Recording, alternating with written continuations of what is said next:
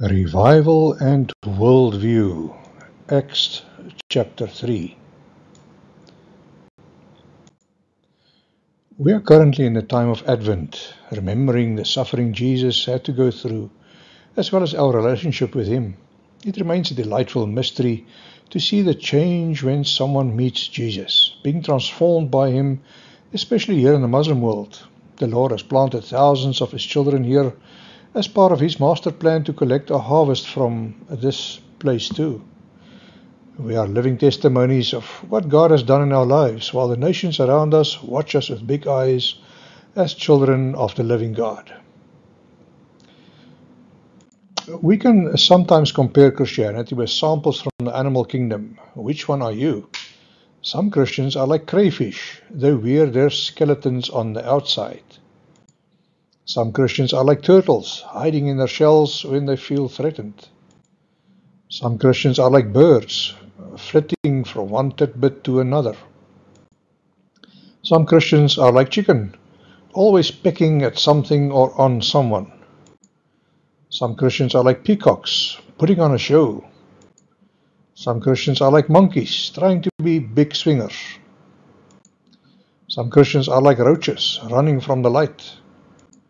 Some Christians are like beavers, always stopping things up.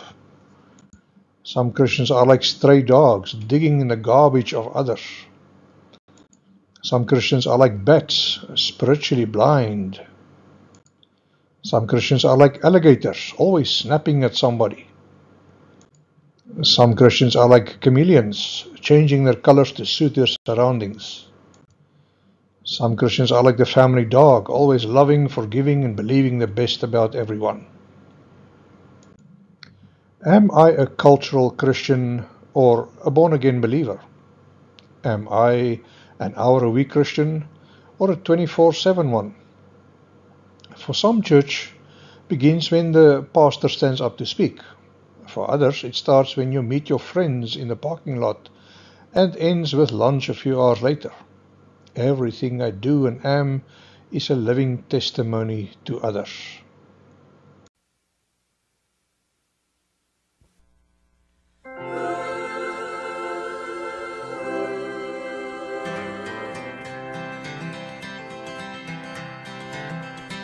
Well, when I was a kid, I'd take a trip every summer down to Mississippi, visit my granny and her antebellum world. I'd run barefooted all day long, climbing trees, free as a song. One day, I happened to catch myself a squirrel. Well, I stuffed him down in an old shoebox and punched a couple holes in the top. When Sunday came, I snuck him into church. I was sitting way back in the very last pew, showing him to my good buddy Hugh. When that squirrel got loose, went totally berserk. What happened next is hard to tell. Some thought it was heaven, others thought it was hell. But the fact that something was among us was plain to see. As the choir sang, "I surrender all," the squirrel ran up Harv Newland's coveralls, and Harv leaped to his feet and said, "Something's got a hold on me!" Yeah! The day the squirrel went berserk in the first self-righteous church in that sleepy little town of Pascagoula. It was a fight for survival that broke out in revival. They were jumping pews and shouting hallelujah. Well, Harv hit the out dancing and screaming. Some thought he had religion, others thought he had a demon, and Harv thought he had a weed eater loose and he screwed the moon. He fell to his knees to plead and beg, and that squirrel ran out of his breeches leg unobserved to the other side of the room. All the way down to the amen pew where sat Sister Bertha Better Than You, who'd been watching all the commotion with sadistic glee. Should have seen that look in her eyes when that squirrel jumped her garters and crossed her thighs. She jumped to her feet and said, "Lord, have mercy on me." As that squirrel made laps inside her dress, she began to cry and then to confess to sins and make a sailor blush with shame. She told of gossip and church dissension, but the thing that got the most attention was when she talked about her love life. And then she started naming names. The day the squirrel went berserk in the first self-righteous church in that sleepy little town of Pascagoula. It was a fight for survival that broke out in revival. They were shouting, hallelujah. Well, 7 deacons and the pastor got saved, and $25,000 was raised, and 50 volunteered for missions in the Congo on the spot. And even without an invitation, there were at least 500 rededications, and we all got rebaptized whether we needed it or not. Now you've heard the Bible story, I guess, how he parted the waters for Moses to pass. Oh, the miracles God has wrought in this old world. But the one I'll remember till my dying day is how he put that church back on the narrow way with a half-crazed Mississippi squirrel. The day the squirrel went berserk in the first self-righteous church in that sleepy little town of Pascagoula. It was a fight for survival that broke out in revival. They were jumping pews and shouting, hallelujah. The day the squirrel went berserk in the first self-righteous church in that sleepy little town of Pascagoula. It was a fight for survival that broke out in revival. They were jumping pews and shouting, hallelujah.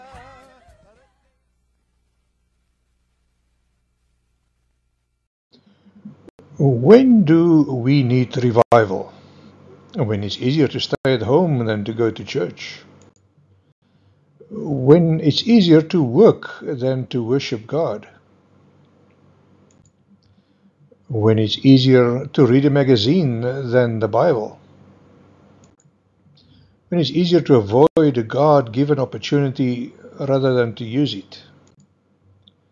When it's easier to support the club than the church.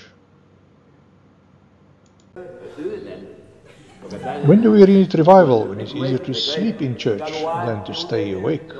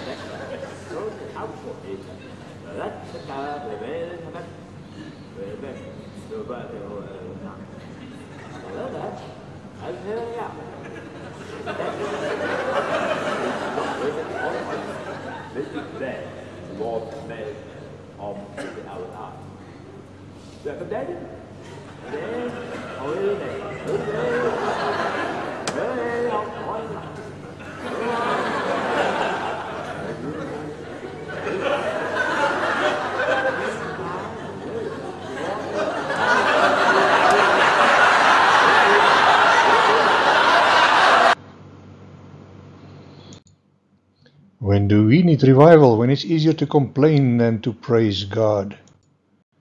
When it's easier to curse people than to pray for their souls. When it's easier to explode in anger than to forgive.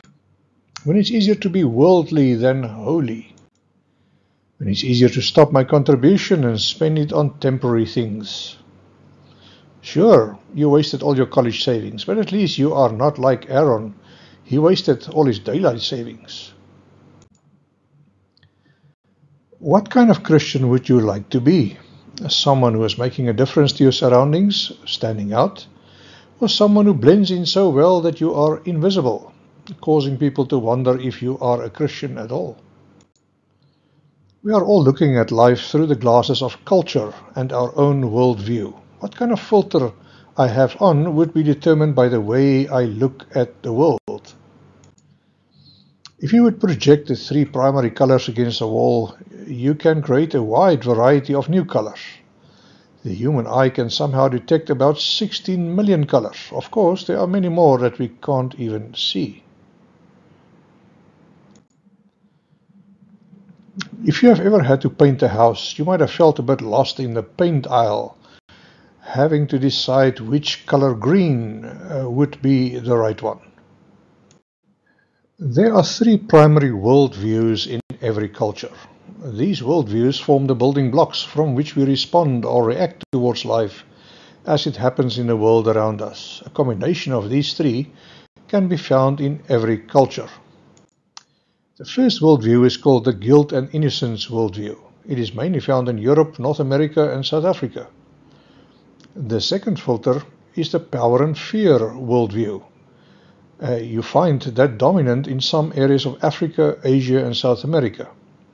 The third filter is the honor and shame worldview that is so common over here in the Middle East, parts of Asia and South America. Let's look at the first worldview, guilt and innocence. There's a right and a wrong, a set of rules to obey. If you keep the rules, you are innocent. If you bend or break the rules, you are found guilty. The difference between the good guys and the bad guys is whether they use human shields or make themselves human shields. You'll be guilty even if you are never caught. You live with a set of rules and codes. If you took some cookies from the cookie jar and Grandma did not caught you in the act, you are still guilty. This worldview is based upon the laws and rules of the Roman law. The right and wrong are based upon standards, not my opinion of them. If the red sign says stop, it means not moving. Even if no cars are coming and no speed cop is close, it still means stop. The moment I disobey the rule, I will be fined guilty. Do you mind if I take a few calls while you're writing up that ticket, officer? If I'm innocent, I feel good about myself. Do you sometimes feel guilty when you see a speed cop or stomp on the brakes in reflex when you see a police car? It can be also abused, namely by wanting to be innocent at all cost. I will go to court to prove my innocence, anything to prove that I was not guilty. And the second worldview is called power and fear. From a young age you would have learned that there were some people and things that you need to fear. You learn to fear people and the bad stuff they can do to you. We are all too aware of murder, rape, break-ins, kidnappings, carjackings, criminals, suspicious foreigners, especially in South Africa. What is the first thing you think of when you see someone waiting at a stop sign or hear someone knocking on your car window? You also learn to fear the supernatural. From a young age you might be aware of the evil eye, the tokolosi, the monsters under your bed. You learn to be fearful of natural disasters, floods, illnesses, cholesterol, starvation, and other supernatural things that you have no control about. You learn to fear the unknown. You will be fearful of any form of change from the status quo. Having an uncertain future or job position or shaky financial security can become a big issue. Many South Africans have experienced that the grass was not greener in other places as the job offer has promised. If you have grown up with this worldview, you have learned from an early age who to fear in society. There are some people with lots of power, good or evil, shamans, witch doctors, as well as saints and religious people. In this worldview there are also supernatural powers in some people, things or objects. Great faith is placed in objects to repel evil spirits, like the blue stone being sold everywhere, supposedly keeping the evil eye away. Some of us grew up with the idea to carry a bag of garlic around the neck or having an amulet around the arm. In our modern society there are some people in whose good books you have to remain at all cost. It might be politicians, government, business, or spiritual people. They often abuse their power by ruling with fear. You even find it in the church, where a church leader can use spiritual terrorism to dominate or manipulate the flock. The third worldview is honor and shame. It is an honorable thing to keep to the family standards. The focus would be to do things that would benefit my family, even if it is wrong. We have all heard about the so-called honor killings, where a family member will kill one of the daughters just to save the family's honor. Usually she was suspected to have been in a relationship with someone not approved by the family, but rarely it could be proven. They feel she was a shame to the family, and the only way to get rid of her shame is to shed her blood. It will bring shame upon the family if I do things that will threaten the family honor. How I react in society is bigger than myself because my family comes first. Public sanctions are very effective, more than fines. Here, they sometimes use the name and shame method in the newspapers to blacken somebody's name publicly. It can be easily abused because there are no right and wrong unless I get caught. So they would believe that it's okay to break social taboos like playing in the flesh pots of Thailand or Amsterdam as long as they don't get caught by someone who will report it to their family. They can boast about their sexual escapades to their friends, but no shame is involved since they were not caught red-handed or red-faced. Many Saudis visit Bahrain over the weekends to get drunk or visit brothels, and then return again most holy a few days later. They were not caught, so no shame. You will find all three worldviews in every culture, although one of them is usually quite dominant. A unique blend of these three worldviews dictates to people how they should live and interact with one another. You can also see it as mankind's reaction to the world in which he lives. How you respond will be influenced by your worldview. We all grew up in a unique blend of these three worldviews. What do we say to our children when they are doing something they shouldn't? What did our parents say to us? Is it wrong? Then it's a guilt-innocence culture. Don't shame me. Then it's honor and shame culture. I'll hit you if you do that again. It's a power and fear culture. The Bedouins in Saudi are heavily influenced by the honor-shame worldview. Someone is obliged to welcome any guest that enters his tent, even if it is his enemy. He has to protect his visitor and show him hospitality for 3 days. We are all familiar with the story of the Bible of Genesis 3, where Adam and Eve ate themselves out of paradise. Let's look at this story through the three worldviews. Adam: at least my wife could not complain that I never listened to her. And Eve said, I married what used to be the perfect man. When you look at them through the guilt-innocence filter, you will see that they trespass God's commandment. Do not eat of that tree. They were wrong in eating from it. They tried to hide their sin by hiding in the garden and covering their nakedness. What could they do to become innocent again? God himself gave the answer by promising that someone would come that would crush the snake's head. Jesus, the Lamb of God, that would take away the sins of the world. In the Old Testament, they had many offerings as shadows of the great offering that would come. The blood of the sacrifice would take away the sins and trespasses. The blood of Jesus took away once and for all the guilt, making us innocent in God's eyes. What's the car doing here? The dad asked. Oh, that's God coming to drive them from the garden, the artist responded. If I look at this story through the filter of power and fear, I will see something different. Who is the one with all the power? God. Adam and Eve feared God and avoided the tree until they were tempted to get some of God's power for themselves by eating from the tree. Eat and you will be like God. They did, and then discovered what real fear was. They hid in the garden, trying to avoid God. The one with the power visited them, punished them, and drove them from the garden. But the one with all the power also made a plan to restore mankind again by destroying their fear of death on the cross. Well, yes, we were evicted from our last place, but there's a good explanation for that, said Adam. If I study the story of paradise through the filter of honor and shame, I will see that Adam and Eve brought shame upon themselves and upon God by being rebellious. A taboo was trespassed, and they dishonored God. They discovered they were naked and felt ashamed. They tried to cover up with fig leaves to cover their shame. How can the shame be removed, and how can their honor be restored? When Jesus would die on the cross and rose again on the third day, he would crush the head of the snake.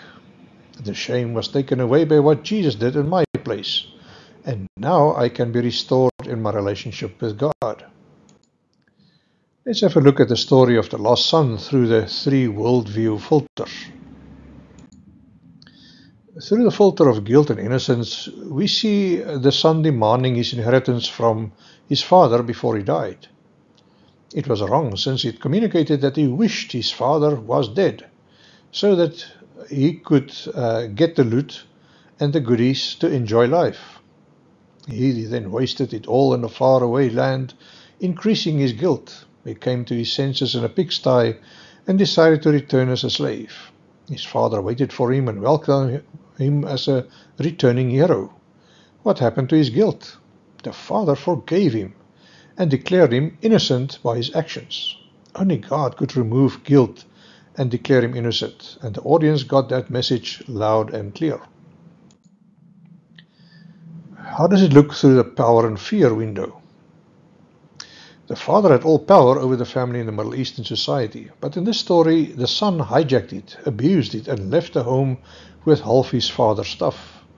It was an unheard of thing, and the listeners wanted to whip the boy back into shape for his criminal behavior. He knew no fear until he lost it all and ended up among the pigs. At the end of his wits, he decided to return to the father as a slave. The listeners would rather have killed him and were caught offside by the father's reaction. The father demonstrated grace and forgiveness, welcoming the boy back home. Only God could do such a thing. What about the honor and shame filter? It was a great shame upon the family and society when the son demanded his inheritance. He brought even more shame upon his family by wasting it all in a sinful place. At last he ended up among the lowest of the lowest, the unholy pigs, shaming himself even further.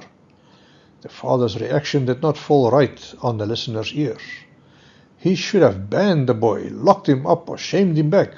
But he met him with joy and honor, giving him shoes for his feet, a new cloak for his body, a ring for his finger, and a special feast of a fattened calf. The relationship was restored, but in a way that only God could do. It was a supernatural way of restoring his honor. Let's look at the cross and the message of Easter through the three worldviews. The guilt-innocence worldview. The religious leaders found Jesus guilty because he dared to place himself on the same level as God. Pontius Pilate, the Roman, found him innocent, and he wanted to let him go free. "Let his blood come upon us and our children," the mob chanted. Guilt could only be removed by blood. Jesus was then whipped until he was a bloody mess and eventually crucified innocently. Even Pilate's wife warned him that he was condemning an innocent man. He washed his hands as a sign of his innocent judgment before delivering Jesus over to them to be crucified. The guilt of the people ended up on Jesus as the Lamb of God, and through his blood we can receive healing, so that we can be declared innocent by God. The price of our guilt is being paid for in blood. What a power and fear culture. The religious leaders had a lot of power, and in this case it is proved to be even bigger than the Roman governor. Their pressure caused Pilate to give in, even though he had the power to free Jesus. But Jesus was not afraid, and that impressed Pilate. Jesus had all the power in the world to call down a legion of angels to protect him from the mob, but he chose not to. On the cross he experienced excruciating pain while all his disciples left him. Only John was there with Mary. Fear descended upon the mob when there was an earthquake and when the sun grew dark. The Roman soldier next to the cross even stammered in fear. This man was surely the Son of God. Jesus used his power not to escape the cross, but to carry the burdens of sin of the world as the Lamb of God. Now we don't have to fear God's judgment anymore because the price has been paid. The relationship with God has been restored. The power of sin was broken. The resurrection once again demonstrated the power of Jesus, while the soldiers ran away from the grave in fear and trembling. The honor and shame culture. It was a great shame to die on a cross, a public display of mockery and helplessness. The stigma of the cross was feared by everyone. The arrest of Jesus brought down shame upon his family and brothers too, and for years it was probably held against them. Wasn't it your brother that was found guilty by the religious leaders and crucified by Pilate? By carrying our shame on the cross, Jesus made it possible for me to be restored in honor before God's throne. I'm being restored by what Jesus has done for me. What do you see when you look through the three worldviews at the 28 chapters of the book of Acts? The outpouring of the Holy Spirit, the first believers, the first church, the missionary journeys abroad. Let's look at Acts 3, when Peter and John went to the temple. And on the same day, Peter and John went up to the temple at the hour of prayer, the 9th hour. And a certain man, who was lame from his mother's womb, was being carried.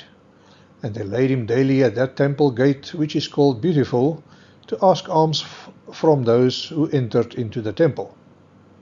Seeing Peter and John about to go into the temple, he asked to receive alms. And fastening his eyes upon him, Peter with John said, "Look on us." And he paid them heed, expecting to receive something from them. But Peter said, "Silver and gold have I none, but what I have I give you. In the name of Jesus Christ of Nazareth, rise up and walk." And taking him by the right hand, he lifted him up, and immediately his feet and ankle bones received strength. And leaping up, he stood and walked and entered with them into the temple, walking and leaping and praising God. And all the people saw him walking and praising God, and they recognized him, that it was him who sat for alms at the beautiful gate of the temple. And they were filled with wonder and amazement of what had happened to him. How does it look through the guilt and innocence filter? The perception in those days were that physical ailments were the direct result of the sins of the forefathers. This man could not walk, so it must have been the sins of his fathers. He was born that way, even before he could sin himself. It was God's punishment. The man experienced religious discrimination all his life, and there was nothing he could do about it. He was on the bottom rung of the ladder of society, and there was absolutely nothing he could do about it.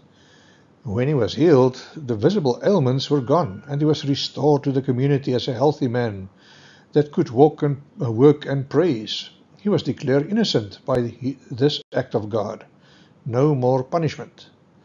The cloud of guilt that hung over his life was suddenly gone. Not only was he healed physically, but also emotionally, socially, religiously. He was a new man that just couldn't stop praising God, jumping for joy. What about the power and fear filter? This man was lame, and he was subjected to the goodness of other people that could carry him to the temple steps every day. For survival, he was subjected to the goodness of the folks that visited the temple. He had no future, and he feared every day. Will I get enough alms today to buy a piece of bread?